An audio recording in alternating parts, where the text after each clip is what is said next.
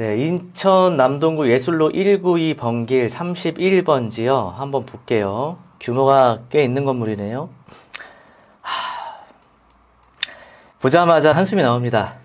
여기 상업지역이거든요. 네, 상업지역인데 건물 연면적이 너무 낮아요. 자, 하나, 둘, 셋, 넷, 다 6층이거든요. 딱 봐도. 여기는 6층으로는 이게 사업성이 전혀 안 나오는 건물이에요. 임대 수익률이 안 나와요. 9월동은요, 수익률 4% 이상 맞춰줘야지 거래가 되거든요. 근데 얘는 6층이기 때문에 144억이잖아요, 지금 시세가. 그럼 얘는 임대 수익률 이 정도면은요, 제가 봤을 때는 2% 초반도 안 날 것 같은데요? 2% 중반? 아무 가치가 없는 건물이에요. 그러면 얘는 144억이 아니라 80억, 90억 가야지 그나마 수익률 한 5% 정도 맞춰놓고 엑시트가 할 수 있을 것 같아요. 보면 용적률이 거의 안 됐을 거라고 보거든요. 자, 용적률 한번 볼까요? 보세요. 234%잖아요. 자, 상업지역은 800%까지 지을 수 있는데 2종, 3종의 가치밖에 건물이 안 지어진 거예요. 얘는 아무 의미 없는 땅이에요. 한 60억밖에 안 되는 거예요. 60억. 왜냐면 60억이 사야 해서 건물을 13, 4층을 지어야지 임대 수익률이 나오기 때문에 60억에 사서 건물 한 60억 짓고 120억이잖아요. 그럼 150억에 수익률 5%, 6% 맞춰놓고 팔 수가 있거든요. 그러니까 답이 없는 건물이죠. 이거를 시청자분이 하셨는지 모르겠지만 얘는 60억도 안 되는 거예요. 창신동 71번지요. 잠시만요. 이네요. 안쪽인데 요건데 차는 못 다니고 이제 사람만 이렇게 다닐 수가 있고 여기로 가면 이제 차가 다니고 뭐 임대는 따놓은 당상이겠네요. 임대료만 맞으면은 여기 또 동묘역이 서울의 중심이고 하기 때문에 입지는 상당히 좋네요. 일단 우리 시청자분께서 뭐 본인 건물인지 또 이걸 관심 있게 지금 보고 계시는지는 모르겠지만 일단 토지 가격은 15억이거든요. 근데 이 건물 보니까 신축한 것 같아요. 건물 면적이 76평이네요. 24년도에 지어졌고요. 이렇게 계산을 좀 해보자고요.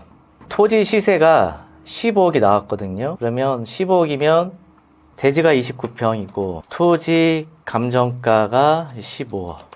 그리고 연면적이 76평. 예, 한 8억 정도 공사비가 들어갔을 것 같고요. 근데 조그만 게 조금 더 비싸긴 해요. 작은 땅일수록 공사가 어렵기 때문에. 근데 지하 안파한 거 보니까 8억이면 충분할 것 같네요. 지하가 없기 때문에 8억이면 충분하고 여기에 따른 이제 부대 비용이 있죠. 공사비가 23억이고 매입 원가랑 여기에 대한 이제 부대 비용이 들어가죠. 한 2억 정도. 이 건물의 원가는 일단 25억으로 시작을 하는 거예요. 그리고 이 연면적이 76평이거든요. 여기 대략 신축이고 76평이기 때문에 한 760만원. 1층에 상가가 없기 때문에 오로지 업무 시설로만 임대를 맞춰야 되거든요. 평당 10만원을 잡아야 돼요. 그러니까 동묘역 칙으로는 많이 잡지만 초역세권이고 신축이기 때문에 10만원 잡는 겁니다. 그러면은 임대료가 760이 나오겠죠? 보증금은 나오겠고, 자, 그러면 요거를 가지고 이제 수익률이 얼마 나오나 봐야죠. 임대료 760이 나오고, 자, 1억. 그리고 원가가 아까 얼마였죠? 원가가 25억. 얘 수익률 3.8% 나오거든요. 네. 일단 원가 계산했을 경우는 이렇게 나오고요. 그러면은 만약에 시청자분께서 매입을 하시게 되면 25억에 사면은 괜찮죠. 괜찮고 내가 25억에 사서 30억에 팔아도 3.14% 수익률이 나오니까 초역세권의 신축의 입지가 좋은 곳 때문에 이런 데는 수익률이 조금 낮아도 거래가 돼요. 안정성이 보장이 되어 있기 때문에. 그러면 얘는 25억에 사서 30억에 엑시트가 되고, 만약에 이게 얼마에 나왔는지 모르겠는데 뭐 35억을 얘기한다. 얘는 답 안 나와요.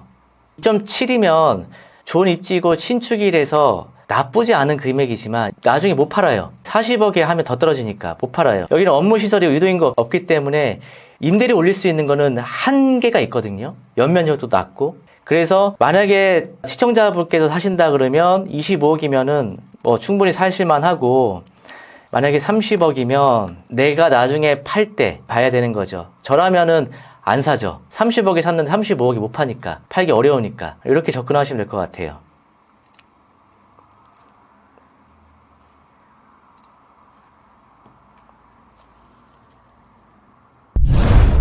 이건열 님인데요. 제가 장안평역 바로 뒤 도보 2분 유일한 먹자골목 안에 건물을 보유하고 있습니다. 4년 동안 코로나 때도 한 번도 공실이 없이 운영했는데 이제 제주도로 가서 편하게 살고 있어서 매도 상담 받고 싶은데 어떻게 연락을 드려야 할까요? 와, 임대료 4,330만 원. 엄청 대형 건물인 것 같은데요. 그냥 이렇게만 봐도 거의 한 150억짜리 수익률이거든요. 가치거든요. 아, 근데 제주도 가서 편하게 사실 정도 치고는 너무 큰 거 아닙니까? 이 정도 4,300이면 그냥 평생 자대 손손 물려도 될 것 같은데요.